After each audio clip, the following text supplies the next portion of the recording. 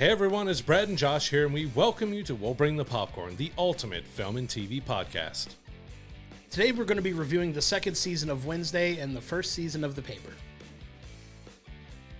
So we're kicking things off this week talking about Paramount picking up the rights to the Call of Duty video game franchise. Now, they're getting full rights to do a live-action film to it, but they also get the ability to create a Call of Duty universe. So that's TV shows, more films, and everything else, which this seems like it probably should have already happened because it's a war game series, and it's also known for having very cinematic, great campaigns. Like, there's only been a few campaigns in the Call of Duty's history that's been kind of okay. They've had some really good cinematic campaigns if they stick to the story. So we'll see if it's going to be using soap and using everybody who's been there. I mean, you can go modern warfare, you have advanced warfare, you have the world wars that they can go to. So there's a lot that they can play with in this space.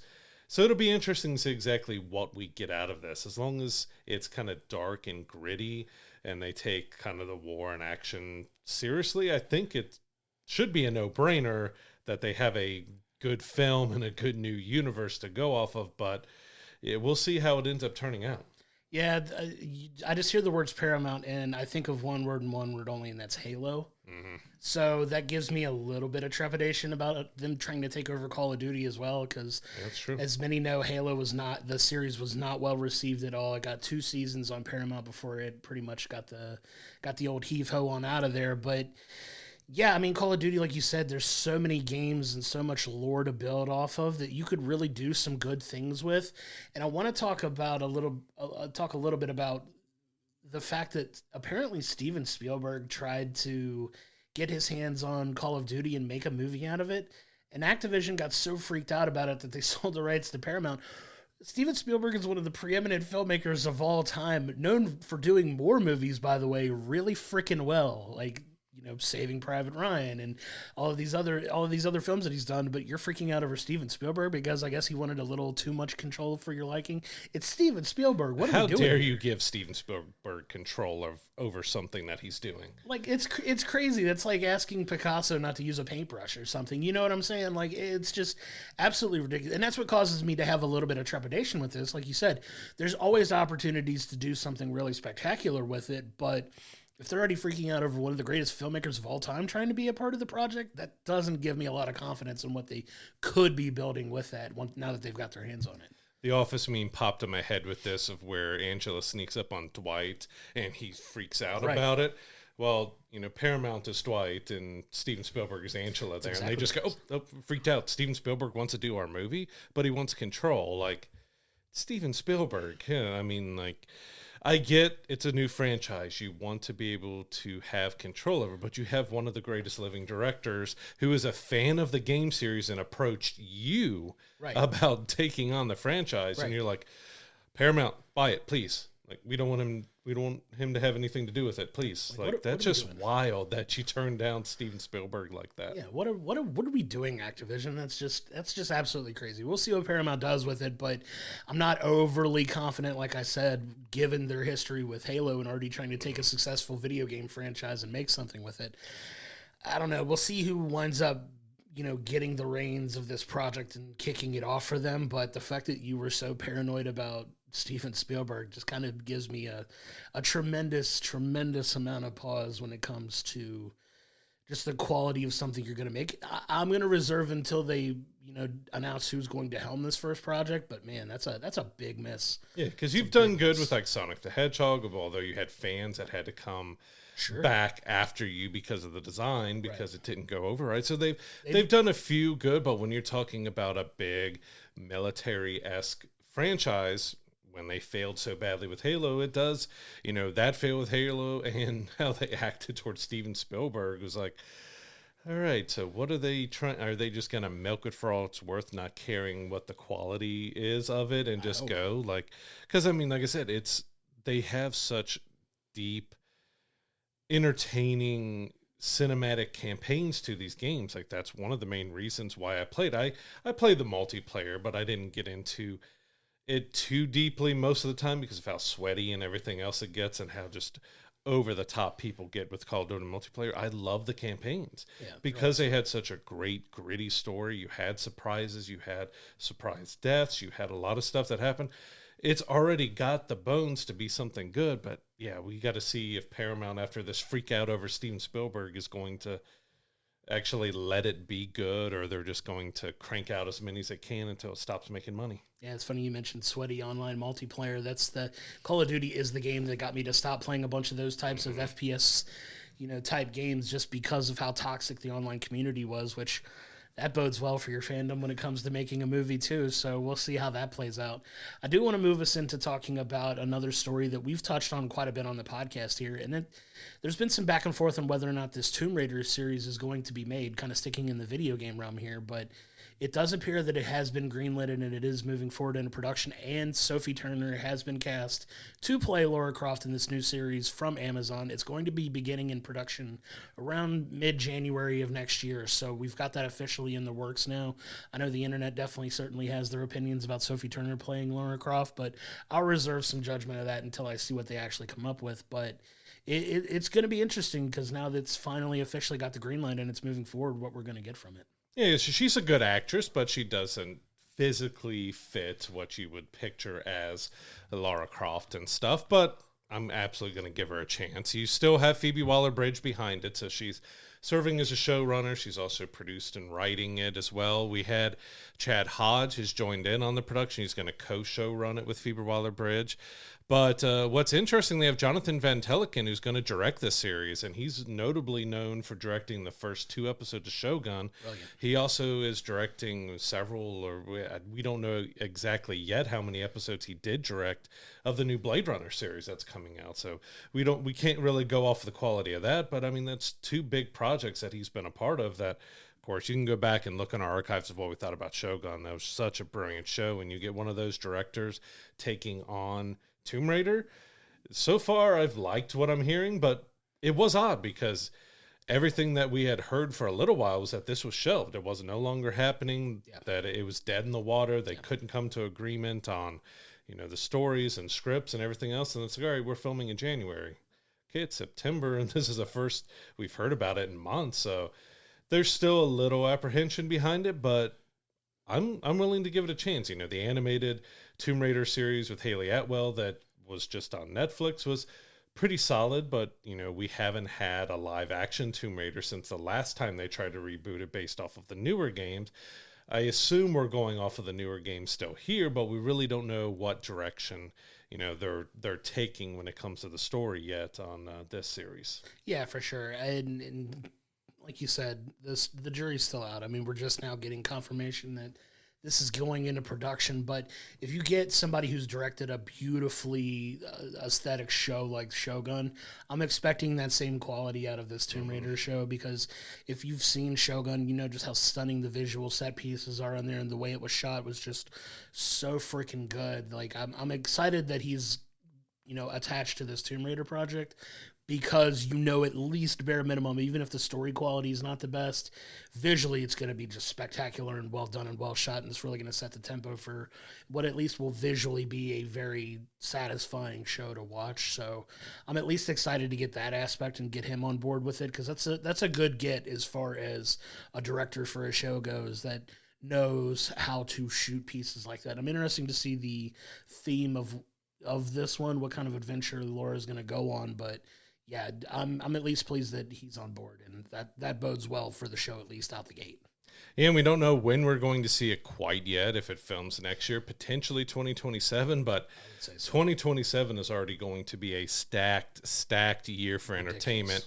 James Gunn just announced that the Superman sequel, which he's come out and said it's not going to be like your typical direct sequel. It's going to be out in July of 2027. It's called Man of Tomorrow. He announced it with some art of Superman with Lex, but Lex is wearing his war suit, which we have yet to see in live action. Sure. So that's going to be really interesting to see what kind of story we're getting. Is it going to be a team up? Is it going to be a different type of battle between those two? Do we throw in Brainiac or some other villains like that? But announcing it with the war suit and having it 2027 is going to be huge, because we're also, if it gets filmed finally, we're going to have the Batman Part 2 in 2027 as well. So the one that's not part of the DCU will also be with the biggest DCU film so far. Yeah, and that it's smart to capitalize on the success of Superman, like how well it's actually done in the theaters. Say what you will about the box office numbers, it was absolutely 100% a success for DC. Storyline, the quality-wise of the story was also fantastic as well. Go back in our archives and see what we had to say about that film, but definitely capitalizing on that success with a follow-up, Man of Tomorrow. It looks, at least from the concept art that we got to see, pretty cool to see that war suit that Lex is pretty infamous for wearing in the comics to kind of help combat Superman in a lot of ways. Like that's something that's going to be exciting to see on the screen, because at least we feel like we're getting a more comic accurate version of Superman from James Gunn, which is just a big thumbs up for me as somebody who loves those comics and loves those stories. But it'll be interesting to see what that story is talking about. But man, you weren't kidding. We have so many just huge. If you're sick of sequels, you're going to hate 2027. But if you're a fan of all these franchises, there are so many that are coming out with follow-up movies in 2027. That is going to be the year of just big, over-the-top, epic sequels, as far as so many major franchises getting another movie that comes out. We're not going to be short on content in 2027, that's for sure, because you've got the likes of, the Superman follow-up, the Batman Part 2, but you've also got, like, the next Shrek movie is scheduled to come out by then. You've got the fourth Sonic the Hedgehog movie, and I'm just listing sequels at this point, because you've also got the follow-up to TMNT, the Mutants of Mayhem animated Ninja Turtles one. You've got the next Frozen film. You've got the next Ice Age film. You've got finally Beyond the frickin' Spider-Verse that we've been waiting for several years now. Yep. Like, that's just the tip of the iceberg as far as just sequels alone. And I know you want to talk about some of the original movies coming out too, but just so many like franchise-based films that are coming out in 2027. It's insane. And didn't even mention the small film Avengers Secret Wars that's out that's in not that even year. To touch on it. I'm wearing the frickin' Marvel shirt. And what might be, to me, it might be the biggest movie, and I'm not even joking about this, of 2027, is Bluey the movie is out, and I believe it's August of 2027. You have Secret Wars, you have 2 DC films, you have a whole lot of stuff. Bluey might be the biggest film of 2027. Yeah, I think people may underestimate just how huge among kids and parents that Bluey is. Like, Bluey is going to be a humongous movie when it comes out, and it's right smack dab in the middle of all of it. Like, there's 20, 30 sequels, original stuff. Like, we even talked about it a little bit. You do have, which I don't know who really asked for, but you have the Passion of the Christ sequel, which has been split into 2 films. Whatever you feel about it and feel about Mel Gibson and stuff, it was the highest grossing R-rated film for over 20 years until Deadpool dethroned it. Yeah. And it made over 600 million. It was a highly successful, over 30 awards and stuff to it. Whatever you feel about it, you're getting 2 of those in 2027 as well. Yeah, which is just insane, because, I mean, you've got another Godzilla Kong movie. That's not even to mention another big franchise like Star Wars, who's supposed to have their Starfighter movie. Lord of the Rings has a Lord of the Rings follow-up. This is how insane 2027 is going to be. Like, I'm, as a film buff, like, as fans of film, we're stoked for that, like, because we have content for days. I'm just going to call up Cinemark and just say, hey, we're moving in 2027. Just buy one of the rooms and just let us see everything in it. We'll host parties and all kinds of crazy stuff there. It's not even to mention the live action follow up to How to Train Your Dragon is one of those movies as well. Like, this is insane. The amount of, and that's just franchise films that are going to be a part of this. Like, it's insane the amount of content that's coming in 2027. We're excited about 2026 because it's got some absolute bangers coming up too, but man, 2027, just looking like way down the line, crazy content. There may be genuinely weeks where we have to do 3 movies because we don't have any other choice. Like, it just may get that loaded with content, which it's a fun problem for us to have. But, like, man, so many movies. Like, it's going to be really interesting to see what stands out, what rises to the top. And you may be right. The craziest part about it is Bluey may be the biggest grossing film of all of it because it's insanely popular. Everybody's going to take their kids to see the Bluey movie. Like, I may take my kids and then go see it without my kids. So, like, I love Bluey. Yeah, I'm I'll go see it by myself, obviously. But I think that's going to be a juggernaut that they're going to kind of underestimate a little bit because it's a global phenomenon. Like those shows and those episodes have been some of the most watched online, and it's crazy. And we may even have another Marvel film out in 2027 as well, because we have Shang-Chi 2 potentially being done, which kind of going back to the announcement of Man of Tomorrow. So Simu Liu did have a little comment about, because people are like, man, how do you get a comic book film sequel announced so quickly? And he's like, because he's been waiting for so long to do Shang-Chi again. And so we could potentially have Shang-Chi 2 in that year, which I'm highly excited about. I love the first one, and I think I've been waiting for that character to return. So there's so much stuff that we haven't had announced that could also be there. I mean, Alien Romulus is going to have a sequel that potentially films in 2026, so that could be out in 2027 as well. Yeah, for sure, and I want to talk about that now too, because Fede Alvarez, who's actually going to be in our city this coming week as part of the Horror Hound weekend, he's announced that he's not actually going to be directing the Alien Romulus sequel, which sucks. I'm not gonna lie, that's kind of a bummer, but he is still going to be a part of the production team and is going to be helping produce the film. But he does love the story they have for it, but he kind of wants somebody else to take the reins and kind of really drive it home. It still hasn't been announced yet who specifically is going to be directing it, but you got to figure it's somebody that's closely associated with him. But I know he's mentioned he and Ridley Scott are still searching for that particular director, but we'll see what comes of that. It's a little bit of a bummer that he's not taking the reins, because we liked Alien Romulus, but we were really hoping what the follow-on to it was going to look like, and it seems like we're still up in the air on what that's going to look like. Yeah, Alien Romulus was good, but it had a little bit of a problem where it tried too many throwbacks and too much kind of, oh, hey, you remember this line, you remember this, you remember that, and I wanted to see him finally kind of break free of that and go into something original in the Alien Romulus that's fully his, which it seemed like with the sequel it would be. And it's a little disappointing. I mean, he wrote the script. He's going to be producing it still. He did say he wants to kind of move on to an original project that's, not a sequel, that's not a franchise, but he didn't give any information on what that is. But it feels like, I don't know, maybe because of all the fanfare and everything after, because he's brought back a few franchises now and really helped get a lot of stuff going well for these franchises, that he's kind of finally fallen back and I want to do some more original stuff. We can't blame him on that, but I really wanted to see what he could do with the Alien Romulus sequel once he kind of hopefully moved past the throwbacks and just did his own thing, because he's a great director, a great storyteller, and I wanted to see some more original Alien stuff from him. Even though he wrote the script, we'll see who gets that direction to kind of keep his vision going. Yeah, it's a bummer that he's not going to be directly involved with directing it, but you know how we feel about original content too, and we want to see more of that. And if he's working on something like that, sign me up. We'll be there day one to watch whatever he puts out next as far as original content goes. But it's something that's definitely needed more of. So, like you said, we just rattled off 30 potential sequels, it feels like, and franchises that are going to be up in 2027.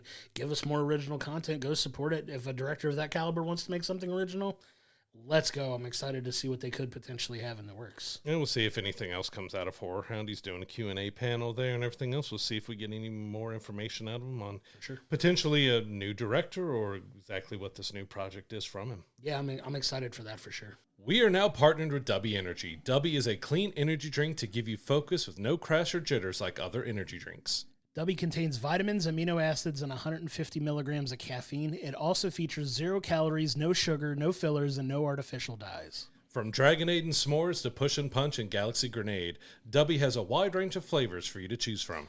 Use code WBTP to save 10% off your Dubby Energy orders, and look for a direct link in the audio and video descriptions. So I want to head into our first review, which is Wednesday Season 2. So we've waited, 3 years since Season 1 to get this. And it picks up kind of the summer break heading into Year 2 at Nevermore Academy. Wednesday has figured out how to use her psychic ability, and she used it to track down a serial killer over the summer, which we are going to get into some spoilers about this because there's a lot that happened. There's a lot of stuff we have to talk about. We're going over the entire season. So if you don't want to be spoiled, As always, jump to our wrap-up review at the end that you can find in the timeline of the description to get our spoiler-free thoughts of this season. But I actually had quite a lot of fun with this season. It did feel a little off at times with some things, and it dragged a little bit at times. But overall, I thought it was a pretty fun season. They kept it pretty short and crisp. I mean, it's 8 episodes total. Like we got a pretty solid story here. But yeah, I mean, this is kind of a follow-on to, all of the events that happened in the first season, obviously, but this is now Wednesday going back to Nevermore, and, there's a new principal who's played by the crazy over-the-top Steve Buscemi in this season, who was just a ton of fun. You could tell he had a lot of fun making this season, as well as Principal Dort here, and it's a fun ride that we go on for this. Like I know we're gonna like talk about some spoilery things, but I'm trying to keep it spoiler free for now. But Wednesday goes on quite a different journey this season, because getting into spoilers, because we just can't avoid it at this point. But not only does she gain her ability to use her psychic abilities, she loses her psychic abilities too. Like, the whole story is about her being overly dependent on those abilities, kind of abusing them, and through, situations that happen, she loses her ability to use it, and it's all about getting her control back here at the end. She's desperate to get it back while trying to thwart, the return of Tyler, who showed up at the end of the first half, returned as the Hyde and went into the Hyde form and knocked her out the window and kind of left it on a kind of that cliffhanger at the end of the first half, where we pick right back up with her in the hospital, but she's not there very long, because in typical TV fashion, we got to get the ball rolling on this. But it was definitely a fun journey you go on in this back half for sure, because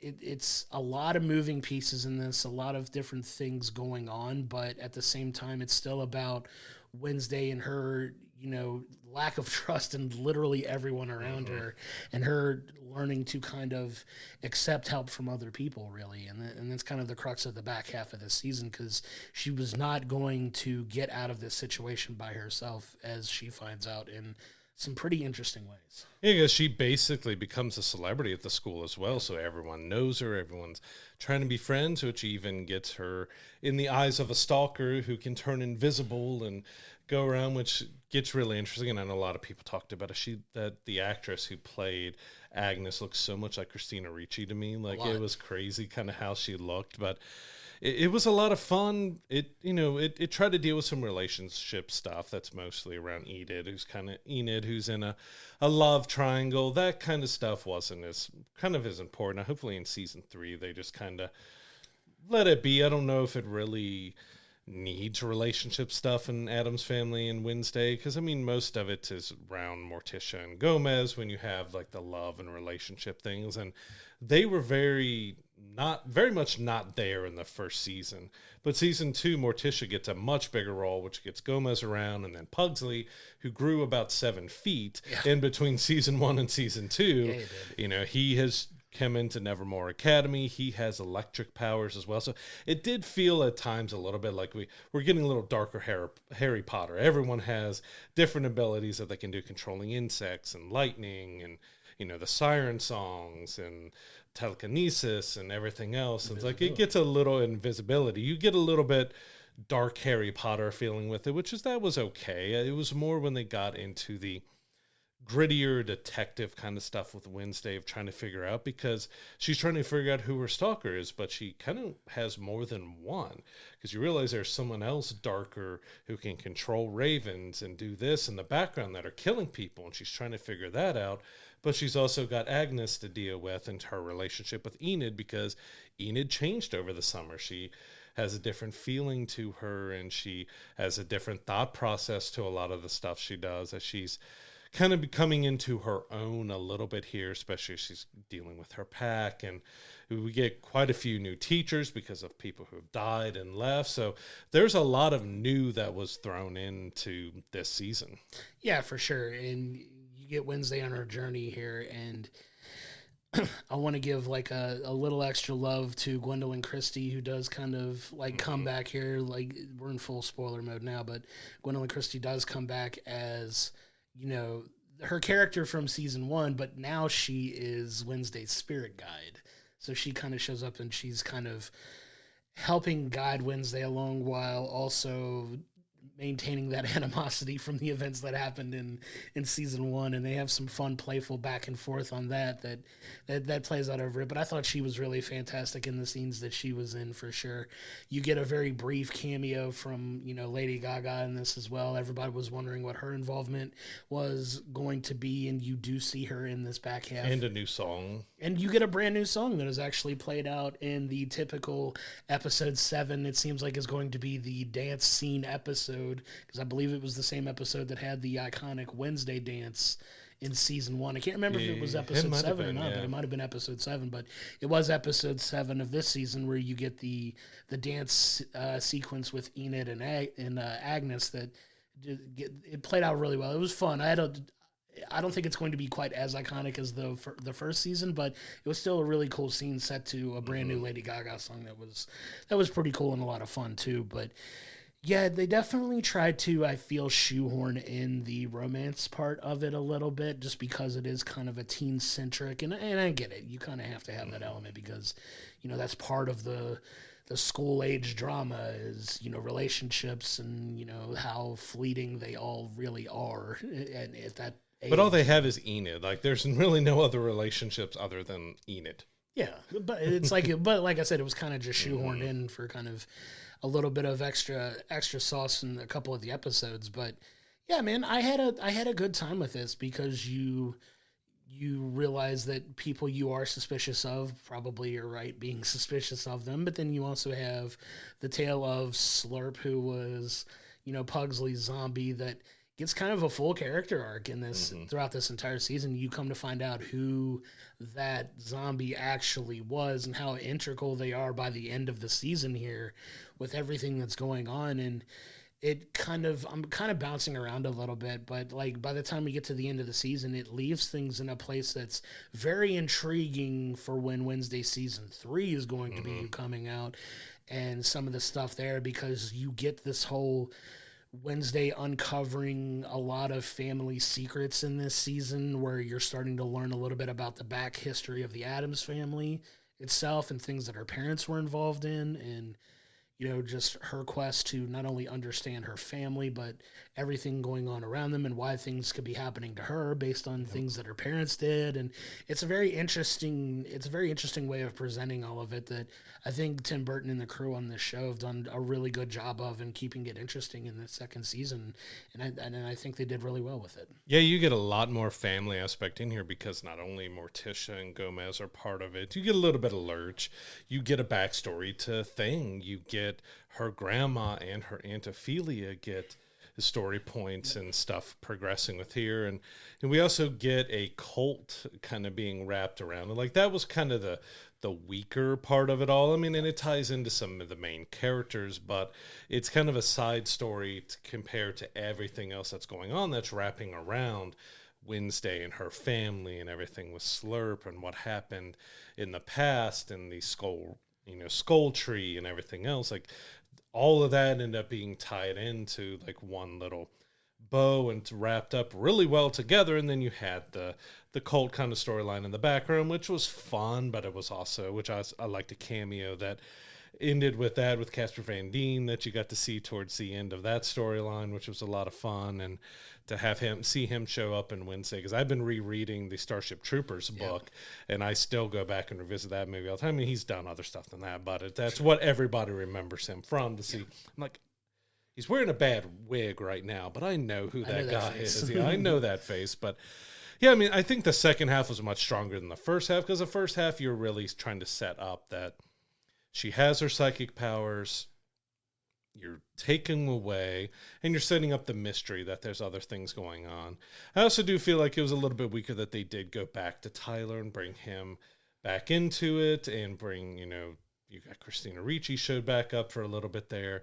You did get, I mean, I get it. You're trying to tie season 1 into it, but it gets a little bit more like, oh, this person is actually this, and this is this, and you're trying to connect the world, but it took a little bit too much. I still don't really care for the look of the hide. Like, it's not exactly the design; it's just the CG on it just looks. it just looks off when it's up there. So just having that being a big point of it. But I will have to say, I think it was episode 6 was probably my favorite, and that's the episode where we get a Freaky Friday event where Wednesday and Eden change bodies, and it starts you right off where, you know, Wednesday is dancing to some pop music, and you see her in the bright, colorful stuff and makeup and smiling and dancing. Like, it looked like Jenna had so much fun filming that scene. And we also got I guess I won't call it a conclusion, but we get extra to a running joke that Wednesday is allergic to color. Well, we get to see that play out a little bit more here too. But that was just it was a really fun episode for that. But there was so much stuff revealed in that episode as well. Like, that was a big reveal episode as well. Yeah, for sure. And it was right on time as far as when it was needed for just not only tie in the first half, but the setup where they were going in the last 2 episodes too. I agree. That was by far my favorite episode of the season 2. You get to see both, you know, the actress that plays Enid and Jenna Ortega kind of showing off a little bit of extra acting chops in there, because you get Enid as, you know, she's embodied by the spirit of Wednesday now. So she's this stoic, non-blinking, extra serious. And it's kind of fun to watch them like try to emulate each other. And I think both actresses did a phenomenal job in that. The whole Jenna bouncing around in a bright color sweater and acting basically like Enid. And you just know that was just over the top and fun, and you get to see kind of that playful side of Jenna Ortega that she doesn't really get to show in a lot of the roles that she plays. But it's kind of crazy is that they didn't tell Emma Myers that they were doing a body swap in the episode. So she was like getting prepared to do the episode, and like the makeup people and other people talking. She's like, "What are we talking about?" And went to Jenna and was like, "What are we doing? What are we talking about? Oh, we swap bodies.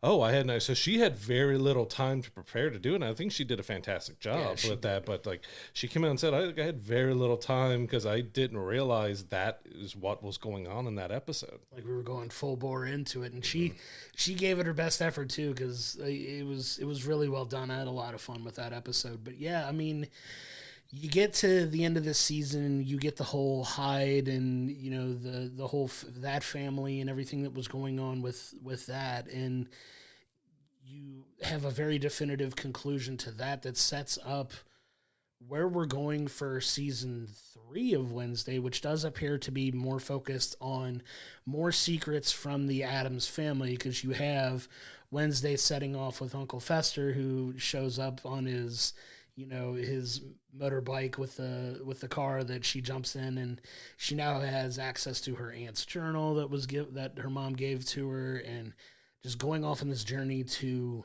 uncover more of those Addams family secrets that I think is setting up for a very interesting season 3, especially when you know who she's going after in particular and what that particular character has felt about Wednesday herself too. So some interesting back and forth family dynamics in season 3 for sure that I'm very excited about, that, you know, in 2028 is going to be great when we finally get it. They said it might be 2027 when we get season 3, so we might have another item to add to 2027. But yeah, like it's been a lot of fun, and I really like some of the Easter eggs too. That's some throwbacks to not only the Addams family, because you had him verbally say Addams Family Values and stuff, which was the name of one of the films, and you also have like Pilgrim World, and you had a lot of references to things he did in the film.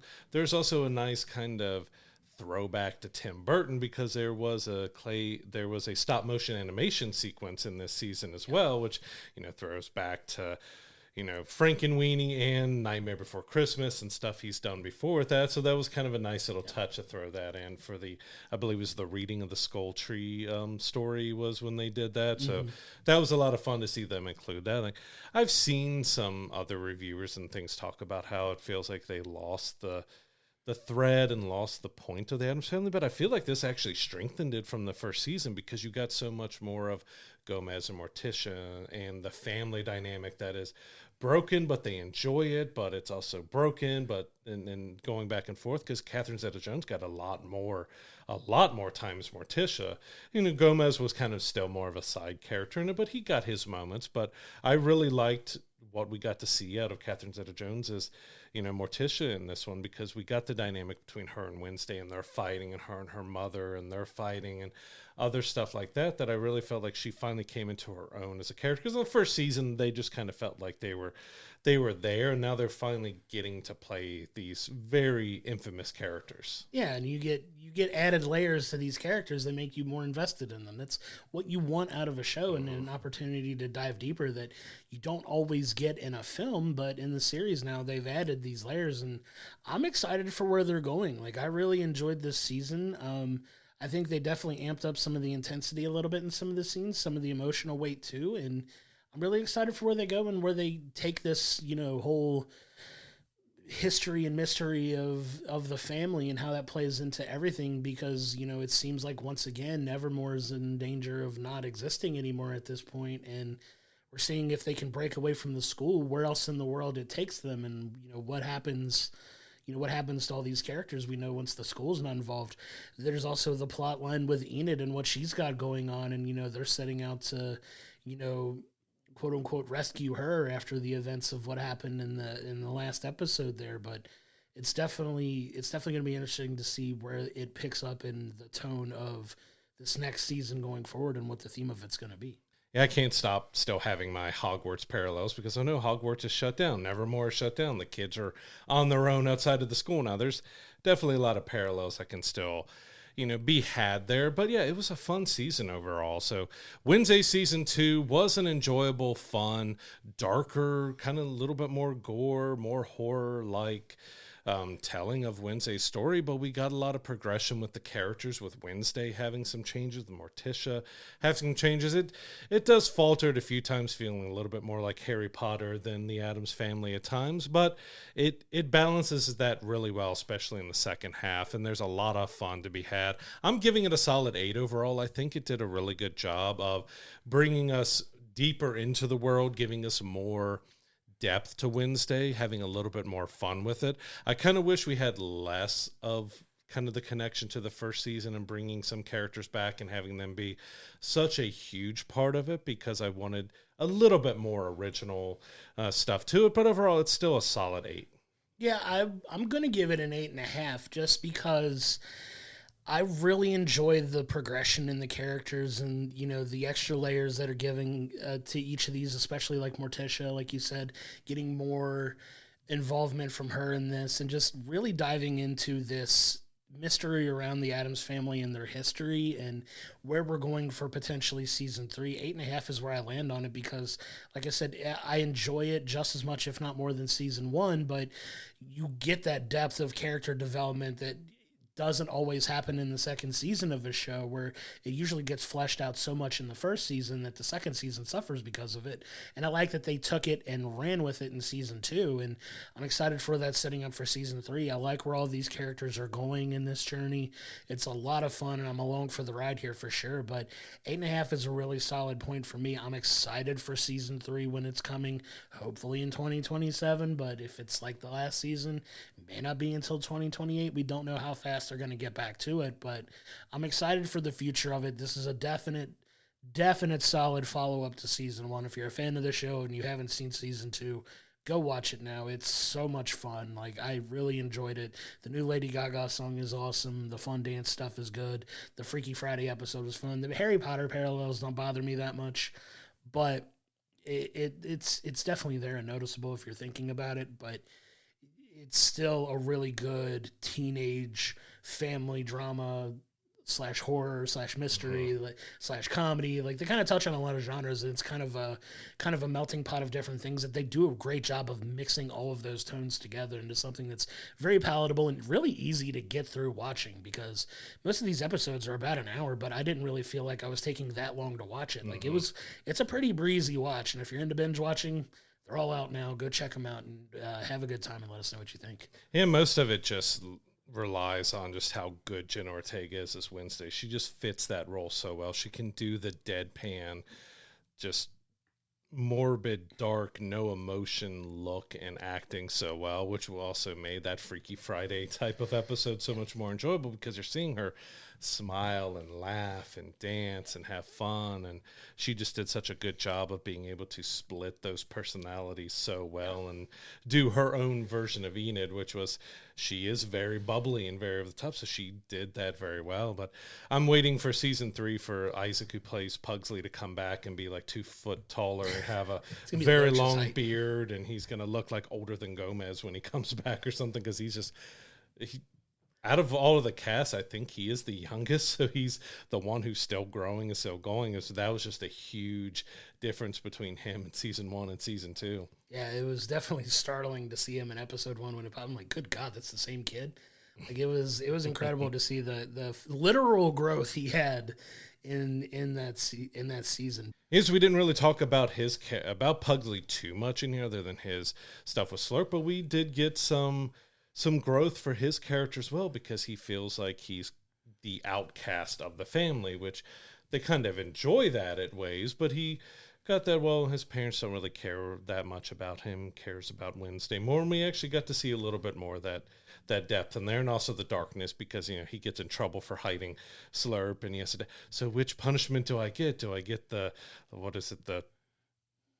iron, I forget what he called it, but it's 2 very torture devices that really would kill somebody. Like, which one do I get? And he's so happy and smiling and everything about it. Like, Gomez is like, oh, we'll flip a coin for it. Like, okay. Like, he's so excited to get his punishment, which is classic Addams Family. Yeah, very, very funny stuff that keeps a lot of the tone from past iterations of that, for sure. And just their open willingness to kind of sacrifice Pugsley for Wednesday is just, it's a funny dynamic for this. Obviously not in a practical real world setting, but kind of pokes fun at some of those dynamics. Like, there's always the favorite child that nobody willing to admit, but they're very open about the fact that it's Wednesday on the show. So they do have a lot of fun with that, for sure. Yeah, but all 8 episodes of Wednesday Season 2 are on Netflix right now. Go check it out. It was a ton of fun. Yeah, I loved it a lot. Definitely worth a watch for sure. Now I want to move us into our second review of the week, which is from Peacock, the follow-up to The Office. It's The Paper Season 1.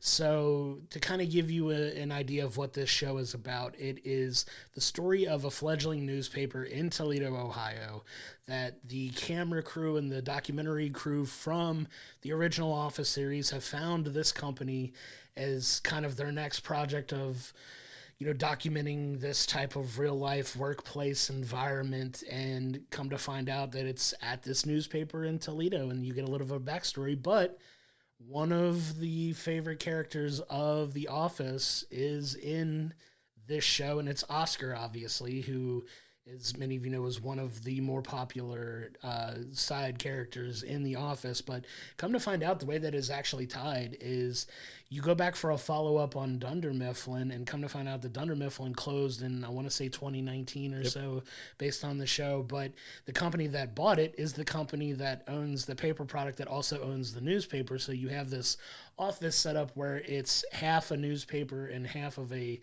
toilet paper tissue sales company, and you get that tie-in with obviously Oscar being pretty much the only character to kind of accept the reassignment to Toledo to work in this office, and that's where the tie-in comes in. And there's some really fun stuff that happens with Oscar out the gate and his unwillingness to be a part of the documentary, even though they do the funny job of saying, like, there's no time limit on his release that he signed when he did the original Office, which I feel was a funny touch. But yeah, you have this newspaper who gets a new boss. Basically, your new Michael Scott is Ned Sampson, who's played by Donald Gleason, who, speaking of Harry Potter, played Bill Weasley in the Harry Potter films. So you have him as the lead boss character in Ned Sampson, who gets, he is very serious about the news. He wants the newspaper to do great, and you kind of just jump into it. And what are your initial thoughts after watching this, and a lot of the parallels between the original Office versus this version of it?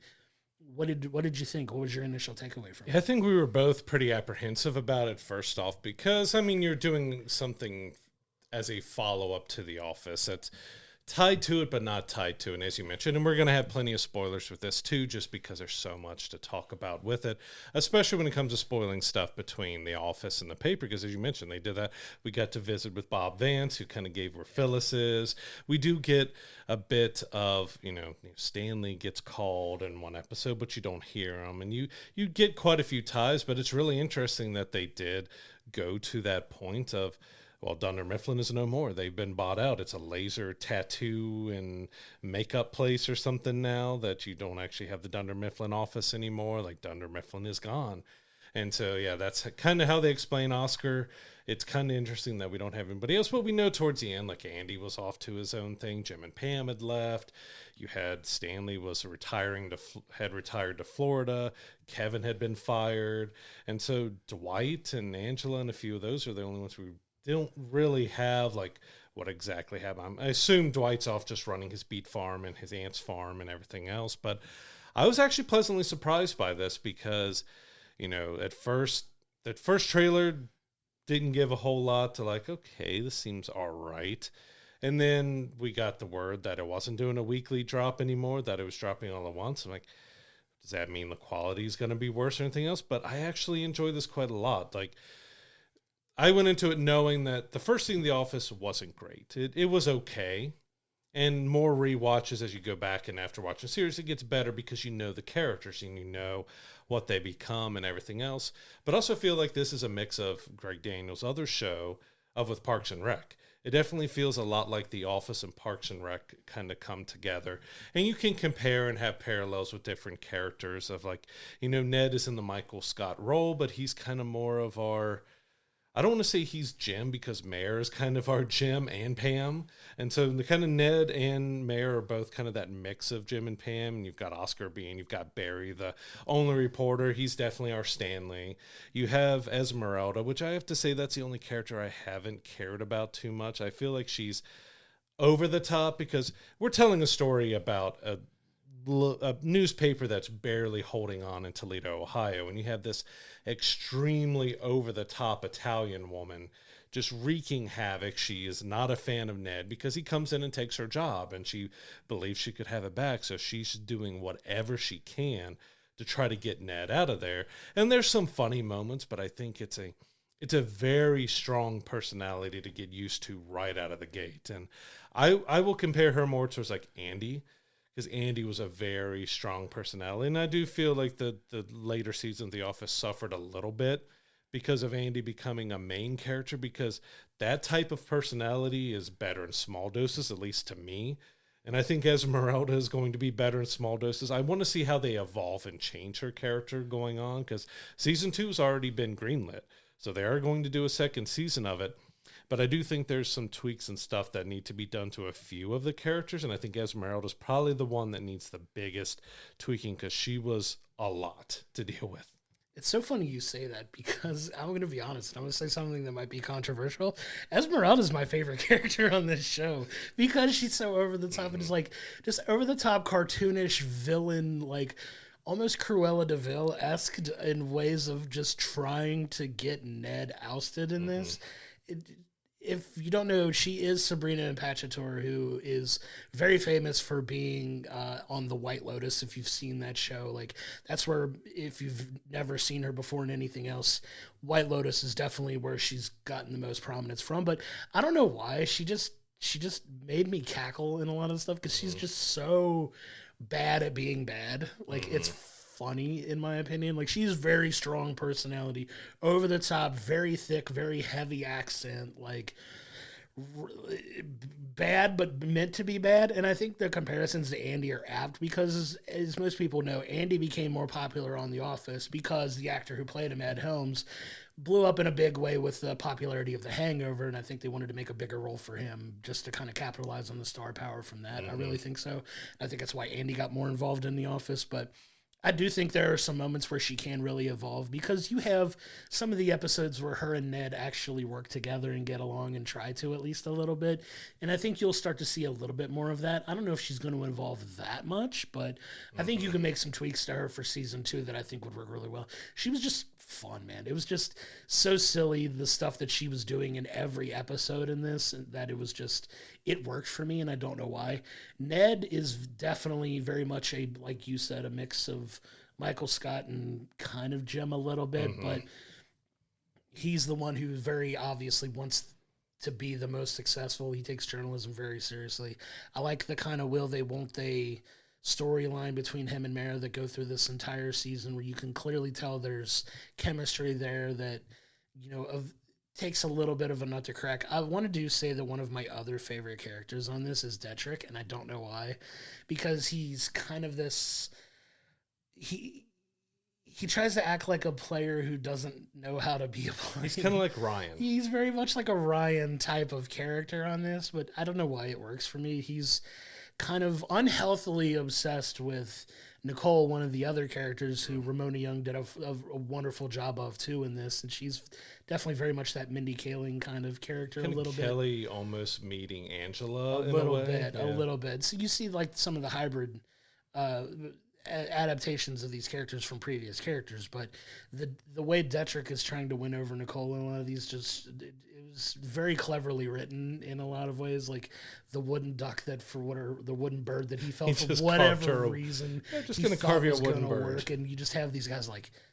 Even I'm like Barry was even like, I'm an idiot, but I can still tell that's clearly not going to work for her. Like there's so many fun, and it definitely leans into a lot of that cringe comedy that The Office was known for.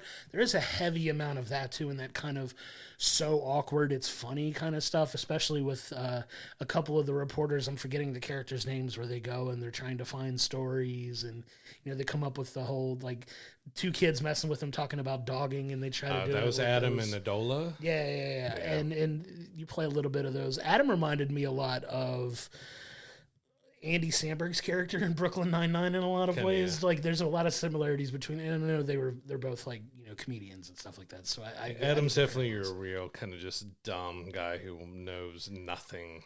Knows nothing but is confident in his everyday life. I would almost call him almost like a Gabe type of character. A little bit, yeah. I would say that too. But I agree, man. I enjoy this show because you get them kind of learning how to be journalists, even though they are very clearly not journalists. And they're very open about the fact that really only one or two people in that office have any type of reporting or interest in it. And it's Ned and Mare for the most part, and them trying to, in some of the most hilariously awkward ways, try to get stories out of what's notoriously like a not super newsworthy town in trying to make it interesting. It's a fun dynamic that plays out over this season, and I had a lot of fun watching it. I really enjoyed it way more than I thought I would when we, like you said, because we were both super apprehensive about this show, and I wound up really enjoying this season. I want to go back and watch it again just to kind of, now that I've seen it, I kind of want to dive into it a little bit more, but I got a lot of enjoyment out of this too.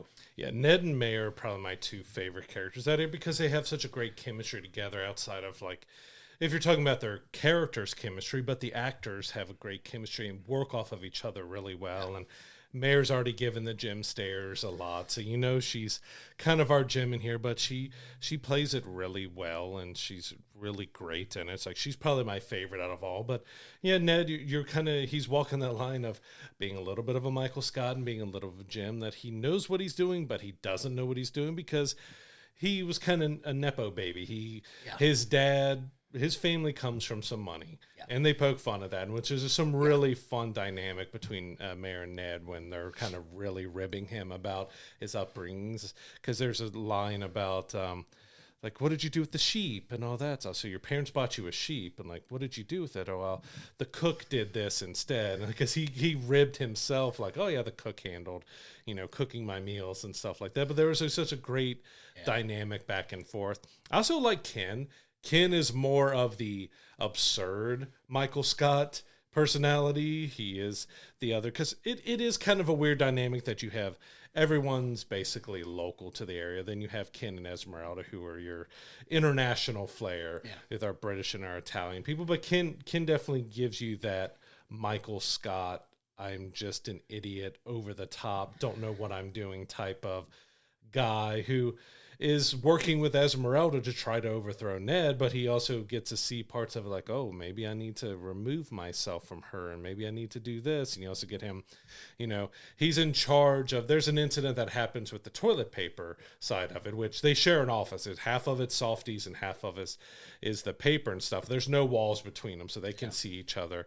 But there's an incident with the softie side that the newspaper ends up coming in and helping, but also throwing under the bus, which was a good storyline and a good thing there about the morals of reporting, even if it's your own company. But he sets up an ice cream truck and he's handing ice cream out to the kids, but it turns out that it's peppermint scented toilet paper and the kids are all eating it and stuff. Like, it's so dumb, but it's like, that's the Michael Scott dumb. That's something Michael Scott would have done. You know who Ken is? Ken is Michael Scott meets Dwight. Yeah. That is exactly who Ken is. Mm-hmm. He's a British version of Michael Scott mixed with Dwight. Because you have the whole, like, he's kind of in charge, he's kind of not in charge, but he is in charge. He's kind of Ned's boss. Ish. Like, his role in the company is very loosely talked about, but he's kind of like this guy who's above Ned, but under the owner of the company. He's kind of like that, I don't know, upper management, not upper management kind of character. It's weird. You also get some of Ricky Gervais's British office as part of Ken's character. Yeah, you definitely get a lot of Ricky Gervais in there too. I love the episode where Marv, the owner of the company, has to come down on the floor and spend an episode there. The I Love You episode. The I Love You episode was so funny just to see. One of my favorite lines is actually an Oscar line from it.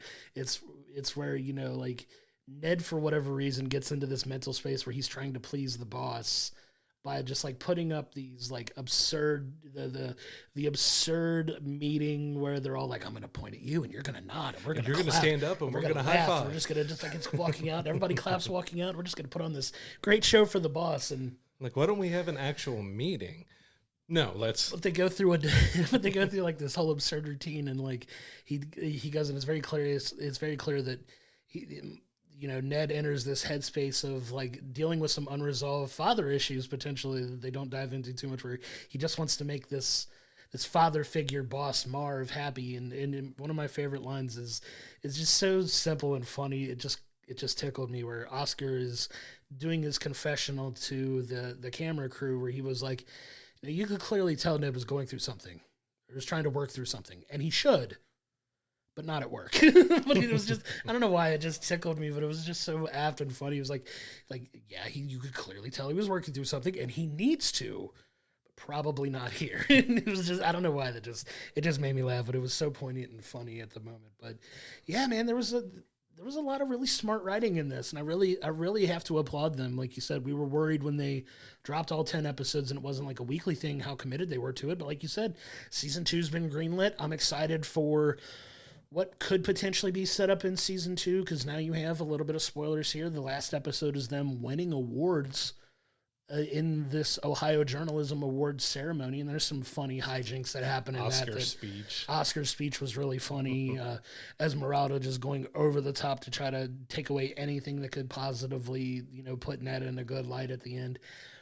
But you do have the kind of a kicking off of what could potentially be an actual relationship between Ned and Mare, where, they talk about the very real power dynamic problem for them, Ned being her boss and potentially being romantically intertwined now, do they just say screw it and it puts them in a different spot? But that was definitely, it was definitely interesting to see where that could lead in season 2 and what direction they're going to take that in. Yeah, because they also played up a lot with the documentary crew. As you mentioned a few things with it that, since The Office ended and you got to see a little bit more behind the scenes. Of course, you had the Sound Man storyline with Pam, and you got to see a little bit. They're going much deeper everyone talks more about and is more aware about the camera there, and you have like microphones get thrown off at one point so they can have a secret conversation, and you just overhear two random guys who then stick their head in front of the camera like, hey, you shooting a movie? Oh, a drama. And like doing that kind of stuff, but also the replies to Oscars. You mentioned like I do not consent to this, you do not have the rights. So like, yeah, your one from 2005 is still active. And there was something, I think it was with Nicole, she said something and they just pop up no on the screen and then go back to it. Like, they're definitely going heavy. Like, we've compared it to The Office a lot. It is not The Office. It is a pseudo continuation of it because you have Oscar and we know what happened with Dunder Mifflin and where things are with that, but it is trying to be its own thing. I do feel like it is much more The Office meets Parks and Rec because you get some more of the personality to say more align with some of the Parks and Rec's characters than they do with The Office, but they're really trying to establish something new and different with this paper, but being very relatable to what they've done in the past with their very popular shows. I mean, Parks and Rec and The Office were both really fantastic, long-running shows. I didn't laugh as much as I thought I would, but I don't think I laughed that much in season 1 of The Office or season 1 of Parks and Rec as much. So that's where I'm really intrigued to see where this goes in season 2 and on, because season 2 is where both of those really took off. And I think with some, adjustments, a few of the characters, and we got to see, but I was surprised at just how, even though I wasn't laughing as much as I maybe thought I would, I was engrossed by the story. I was getting into trying to figure out these characters and what their world is and their personalities are, and seeing how Ned and Mayor and Nicole and all of those, they kind of really evolve and change, and you get Trav from the Softies, who's kind of that he's almost Packer in a way.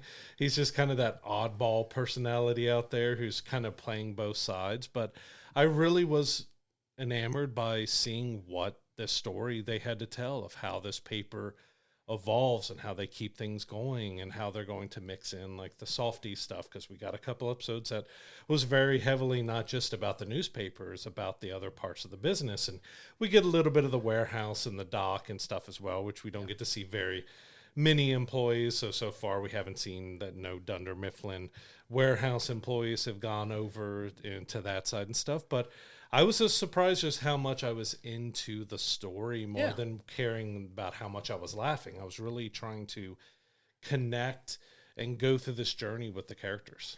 I really think if you watch this entire season, it's 10 episodes in total.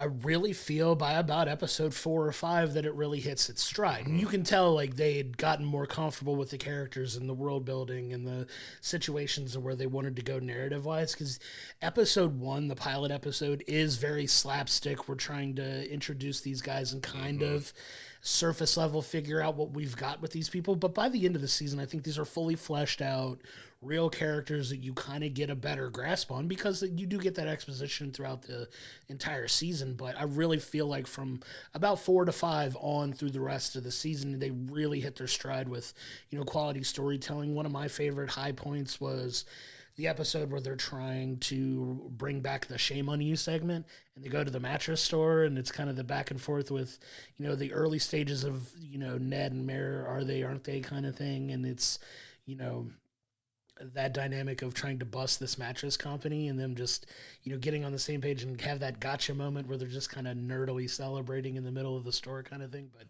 it's really fun to see how they all evolve from the beginning of the season to the end. That I really do think season 2 has an opportunity to really jump up in quality level now that they've kind of fleshed out these characters. And you could tell some of them may need a little bit of a tweaking and some of them may need a little bit more time.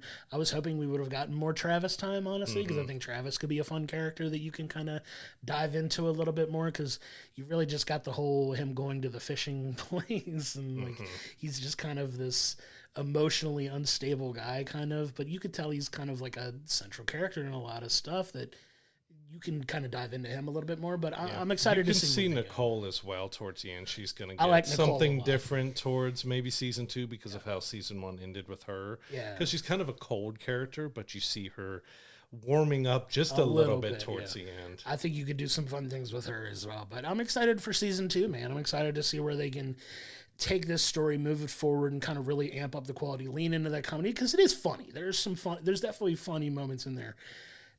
You got to get to it, though, and I think this works if you have a particular sense of humor. Like, I think if you like The Office, you'll like this. If you like The Office, Parks and Rec, anything that Greg Daniels and company have done, you're going to enjoy this. I think you'll get a lot of enjoyment out of this, too, because they do a good job of kind of balancing between the cringy comedy and, like, the good quality storytelling that you got from The Office and Parks and Rec. I think they have a good mix there, and I think there's some real potential for season 2 to take off. I want to go back through, as you said, you want to do a rewatch. I want to do a rewatch and look for all the Easter eggs and stuff, too, because there are several Easter eggs, one with a doll that Michael had given Oscar at some point. There's some references, like to some old bosses. I believe I saw the Froggy sticker somewhere in there at one point as well. So there's plenty of little bitty Easter eggs from The Office that are out there. But I'm curious if maybe there's some stuff from Parks and Rec and stuff too. I mean, they're not far from Pawnee, Indiana and Toledo, Ohio to have some references and stuff there. So it'd be interesting if we do.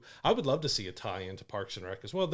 We were never fully in the same universe because you did have, Anne also was in The Office as, Jim's girlfriend for a little bit there. So they're not in the same universe, but it would be fun to see some Easter eggs between those two shows and bring something back, even if it's just some bits and pieces. You don't have to have characters, but give us like a reference to Pawnee, Indiana or something like that, just to kind of just have some fun with that as well. Because I do feel it's a big mix of The Office and Parks and Rec, which I love both of them. So I was happy to see, but yeah, there's definitely some tweaking to do for season 2, but it was a better start than I thought it was going to be. Yeah, for sure. Give me a Nick Offerman cameo in there at some point. He doesn't have to be Ron Swanson. He doesn't have to not be Ron Swanson. But like you said, have maybe one or two of these people that were in Parks and Rec just to kind of make an appearance and show up.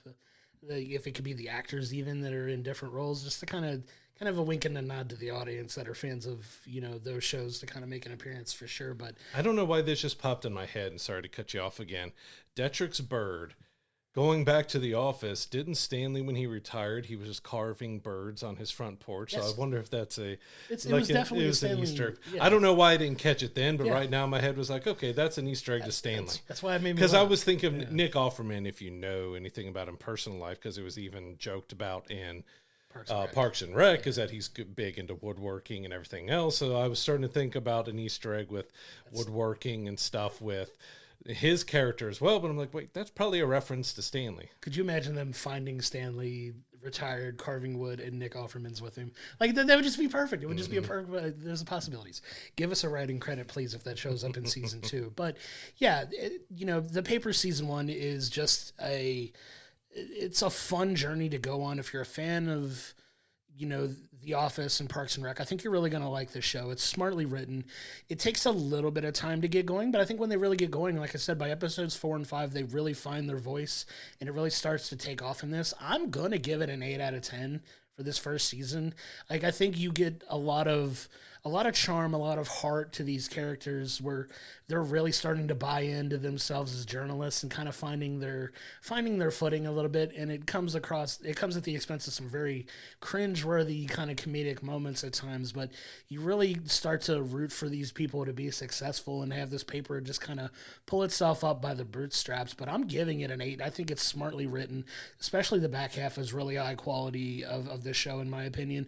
Really excited for what it sets up for season 2, but yeah, I'm giving it an 8, and I'm really excited for them to kind of jump off and see what's next.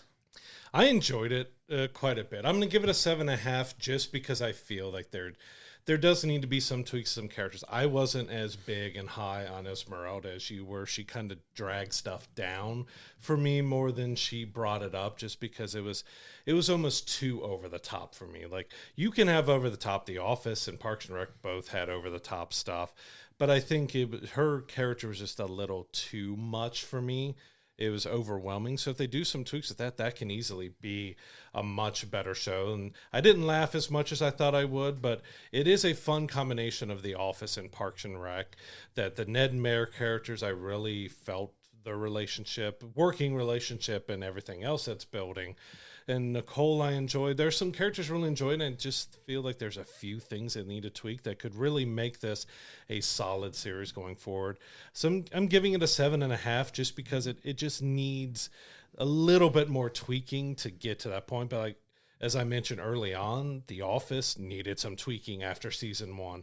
Parks and Rec needed some tweaking after season 1. Yeah. They both didn't come out of the gate strong. And I think if you give this a chance, and as we head into another season, that it's got potential to be something as special as The Office was. Yeah, I get it. And Esmeralda is definitely going to be a very polarizing character. She is a lot. I'm not going to deny that. She is a lot. I do want to give her some flowers a little bit because I don't know why.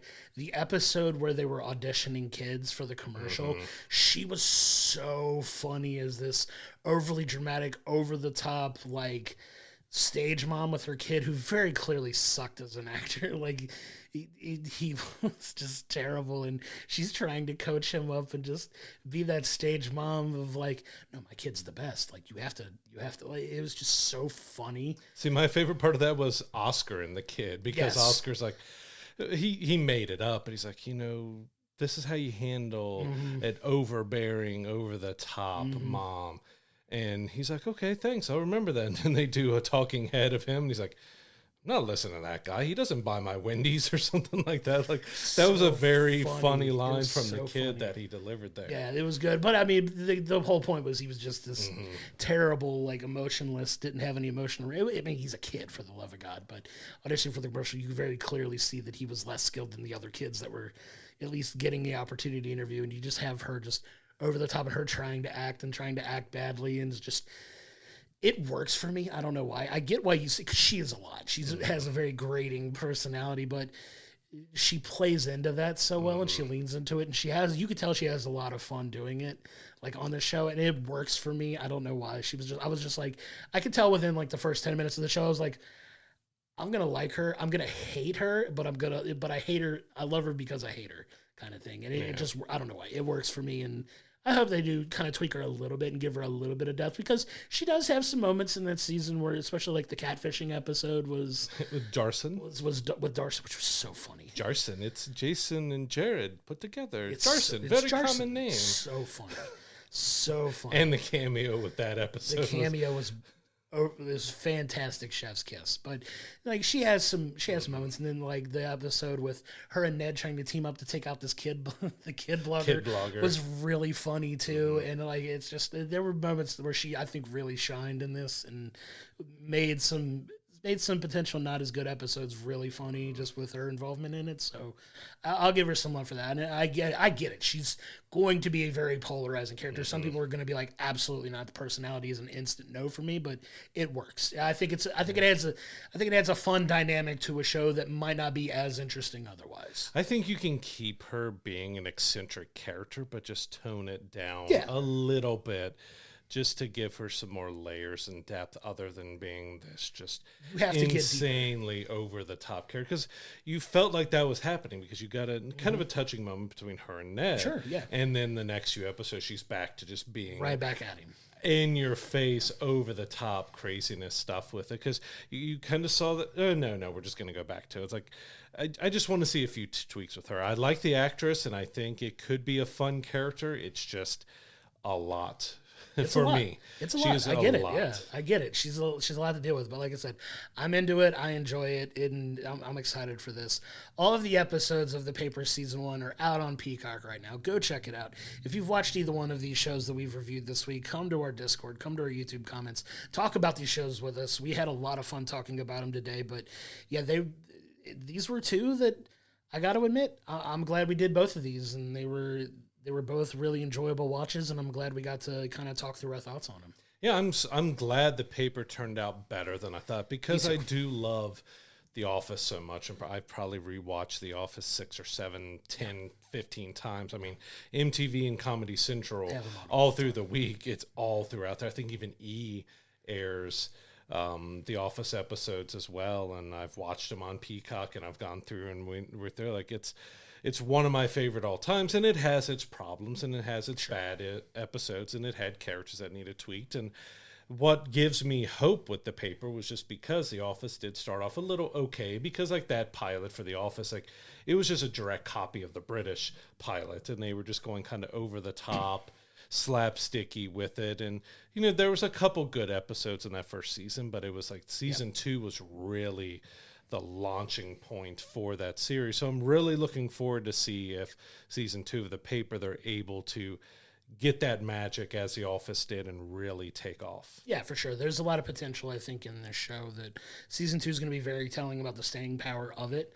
I'm interested to see what the viewership of it's going to be, because you know you're going to have a ton of people that watch The Office at least give it a chance. I'm sure that pilot episode is going to score very high, but I really hope people give it a chance beyond that first episode and not tune out of it and give the whole season a chance, because I really do think, like I said, from episodes 4 and 5 on, which I hate to say that about a show, you really want it to grip you in episode 1, but I really think it really finds its voice by about episode 4, and it really takes off from there, and I hope people give it a chance. And the last episode, episode 10, was fun, because it takes place all at the awards there, and we get some shout out to Cincinnati a few times in there, especially when he's on a Zoom call where he's wearing that blue mask and stuff, and he's got a guy, Dan from Cincinnati, in there. It'd be fun to see like the Enquirer or some other local newspapers kind of get some shout outs and get some involved, or get like maybe they have to come down to Cincinnati and we get to see the skyline, get to see them doing something in Cincinnati with that paper. Maybe, you know, there's a war between the two papers and they're go do something. Like, there could be a lot of fun that gets our area involved in it. Yeah, but that's all we have for you this week. Coming up next, we will be talking about the latest Stephen King adaptation, The Long Walk. Really looking forward to that. Really excited to see if they were able to maintain that dark and grittiness that we've seen from the trailer and know from the book. But we're also going to be jumping back into the world of Alien Earth with episodes 4 through 6. Thanks for tuning in, and we'll see you on the next one. To find all of the episodes of We'll Bring the Popcorn, go to our YouTube page, hit the like and subscription button so you're getting our episodes when they drop each and every Monday. If you're listening to us in the audio realm on any of the podcasting platforms that we're on, please don't forget to give us a 5-star review. It really helps elevate the profile of the show. And don't forget to go to willbringthepopcorn.com, where it has all of our archive videos, all of our social media information, as well as our merch store, so you continue to support the show in that way. We cannot thank you enough for your continued support.